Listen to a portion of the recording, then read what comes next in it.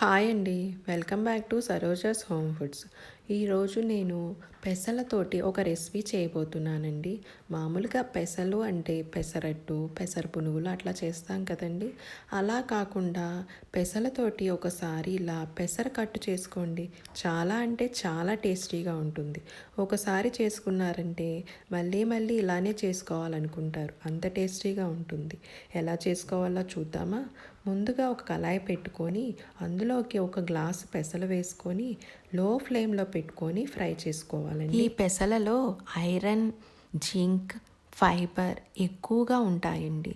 Calcium, vitamin K ఉండడం వలన bones కూడా స్ట్రాంగ్గా అవుతాయండి. చూసారండి, 10 నిమిషాల తర్వాత ఇలా లైట్ బ్రౌన్ కలర్లోకి వస్తుంది. ఇంకొక 5 నిమిషాలు ఫ్రై చేసుకున్నప్పుడు డార్క్ బ్రౌన్ కలర్లో వస్తుందండి. ఇలా ఫ్రై అవుతూ ఉన్నప్పుడు మంచి స్మెల్ వస్తుందండి. మనకి ఫ్రై అయినట్టు కూడా తెలుస్తుంది. చూసారా, డార్క్ బ్రౌన్ కలర్లో ఇలా వచ్చినప్పుడు స్టవ్ ఆపేసుకొని చల్లారనివ్వాలి. చల్లారిన తర్వాత 2-3 సార్లు వాష్ చేసుకోండి. వాష్ చేసుకొని మనం కుక్కర్లో ఉడకపెట్టుకోవాలండి. అందుకని ఒక గ్లాసుకి 4 గ్లాసులు వాటర్ పోసుకోవాలండి. వాటర్ పోసుకొని మూత పెట్టేసుకొని లో ఫ్లేమ్లో 5 విజిల్స్ వచ్చేదాకా కుక్ చేసుకోవాలి. ఇది కుక్ అవ్వడానికి కొంచెం టైం ఎక్కువ పడుతుందండి. 5 విజిల్స్ తర్వాత చూడండి, పప్పు చక్కగా మెత్తగా ఉడికింది కదండి. ఇప్పుడు పప్పు గుత్తి తీసి మెత్తగా మెదుపుకోవాలి. మీకు పప్పు గుత్తితో మెత్తగా అవ్వకపోతే కనుక పప్పు చల్లారిన తర్వాత మిక్సీ జార్ తీసుకొని గ్రైండ్ చేసుకోవచ్చు. అలా అయినా చేసుకున్నా చాలా బాగుంటుంది, ఇలా అయినా బాగుంటుంది. మీకు ఎలా వీలుగా ఉంటే అలా చేసుకోండి.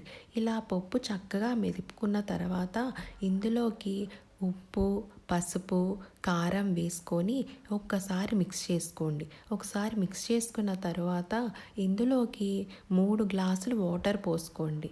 వాటర్ పోసుకొని ఒకసారి మిక్స్ చేసుకొని స్టవ్ ఆన్ చేసుకొని లో టు మీడియం ఫ్లేమ్లో 10-15 నిమిషాలు మరిగించుకోవాలి. మధ్య మధ్యలో కలుపుకుంటూ ఉండాలి. ఇలా 15 నిమిషాలు అయిన తర్వాత స్టవ్ ఆపేసుకొని పక్కన పెట్టుకోవాలి. తాలింపు వేసుకోవడానికి ఒక కళాయి తీసుకొని ఆయిల్ వేసుకొని ఆయిల్ హీట్ అయిన తర్వాత 1/2 టీ స్పూన్ ఆవాలు, 1/2 టీ స్పూన్ జీరా, ఒక ఎండుమిరపకాయ వేసుకొని ఫ్రై చేసుకోవాలి.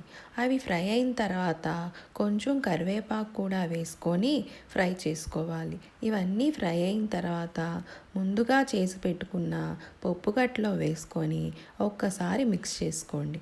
అంతే, ఎంతో టేస్టీ అండ్ సింపుల్ అయిన రెసిపీ పప్పుకట్టు రెడీ అయిపోయింది. మీకు కనుక ఈ వీడియో నచ్చినట్లయితే లైక్ చేయండి, షేర్ చేయండి. మరిన్ని వీడియోస్ కోసం నా ఛానల్ని సబ్స్క్రైబ్ చేసుకోండి. Thank you for watching.